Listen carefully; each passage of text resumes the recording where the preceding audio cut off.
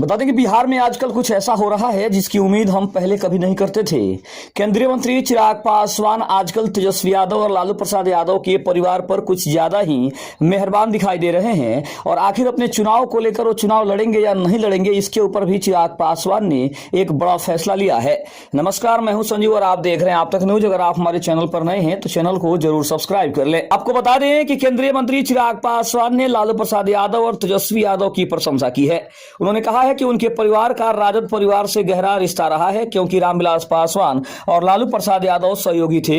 हालांकि उन्होंने लालू और तेजस्वी के साथ चुनावी गठबंधन से इनकार कर दिया है और तेजस्वी को उनके पुत्र के जन्म पर बड़ी बधाई भी दे दी है। आपको बता दें कि इसके पहले भी तेजस्वी यादव और चिराग पासवान की कई खबरें आती थी, लेकिन अब जिस तरह से लालू प्रसाद यादव के परिवार के ऊपर चिराग पासवान अपना बड़ा बड़ा बयान दे रहे हैं, चाहे वो तेज प्रताप यादव का मामला हो, चाहे वो तेजस्वी यादव के पुत्र की होने की जो बधाई है वो हो, या फिर लालू प्रसाद यादव की तबीयत पर उनका बयान हो, ये सभी बयानों को काफी नजदीकी से देखा जा रहा है।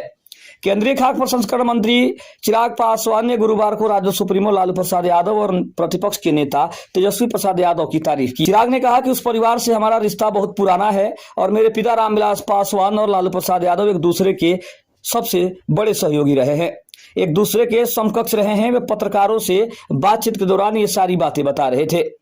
चिराग ने कहा कि उस परिवार से हमारा रिश्ता जो है वो काफी पुराना है और जब लालू प्रसाद तेजस्वी यादव के साथ चुनावी गठबंधन से जुड़े सवाल पत्रकारों ने पूछा, तब चिराग ने इससे इनकार किया और कहा कि व्यक्तिगत संबंध को राजनीतिक रिश्ते से नहीं तौल सकते हैं, क्योंकि राजनीतिक स्तर पर लालू और तेजस्वी दूसरे ध्रुवों पर हैं। ऐसे में एक मंच पर आना संभव नहीं है।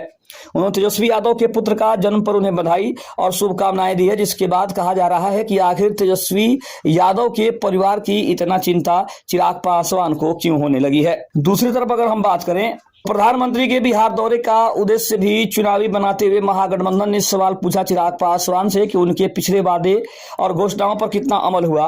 गुरुवार को राजद के प्रदेश कार्यालय में सांसद मनोज झा और पूर्व मंत्री आलोक मेहता के साथ सभी घटक दलों के नेताओं ने संयुक्त प्रेस वार्ता की है और बिहार की समस्याओं पर प्रधानमंत्री से मुखर होने की अपेक्षा की है। कहा कि बिहार को गुजरात या किसी दूसरे राज्य से ईर्ष्या नहीं बल्कि पीड़ा है। गुजरात की तरह बिहार को भी विकास चाहिए।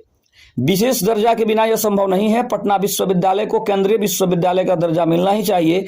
दौरे पर दौरा कर जनता को दिग्भ्रमित करने के बजाय बिहार की नई पीढ़ी को बेहतर शिक्षा और रोजगार की आवश्यकता है। मनोज झा ने यह भी कहा कि बिहार हम में विश्वास रखता है, इसलिए प्रधानमंत्री को पहलगाम प्रकरण में मैं कर स्वयं श्रेय लेने के बजाय देश और सेना का कृतज्ञ होना चाहिए। आलोक मेहता ने बिहार में कम औद्योगिक विकास और नगण्य निवेश पर चिंता जताई। कांग्रेस के राजेश राठौर ने केंद्रीय योजनाओं में केंद्रांश को 90% करने की बड़ी मांग की है। वहीं भाकपा माले के धीरेन्द्र झा ने मनरेगा के अंतर्गत मजदूरी की राशि और रसोईया, आशा, आंगनबाड़ी सेविकाओं के मानदेय को बढ़ाने का आग्रह किया। भाकपा के रामबाबू ने कहा कि पिछले चुनाव के दौरान हुई घोषणाओं पर अमल की समय सीमा बताई जाए। अगर हम दूसरी तरफ बात करें तो चिराग पासवान ने यह भी कहा कि अगर कहीं ना कहीं तेजस्वी यादव ने अगर ये उम्मीद रखी है कि वो उनकी पार्टी से जुड़ने वाले हैं या फिर उनके गठबंधन से जुड़ने वाले हैं, तो ये बिल्कुल भी सही नहीं है।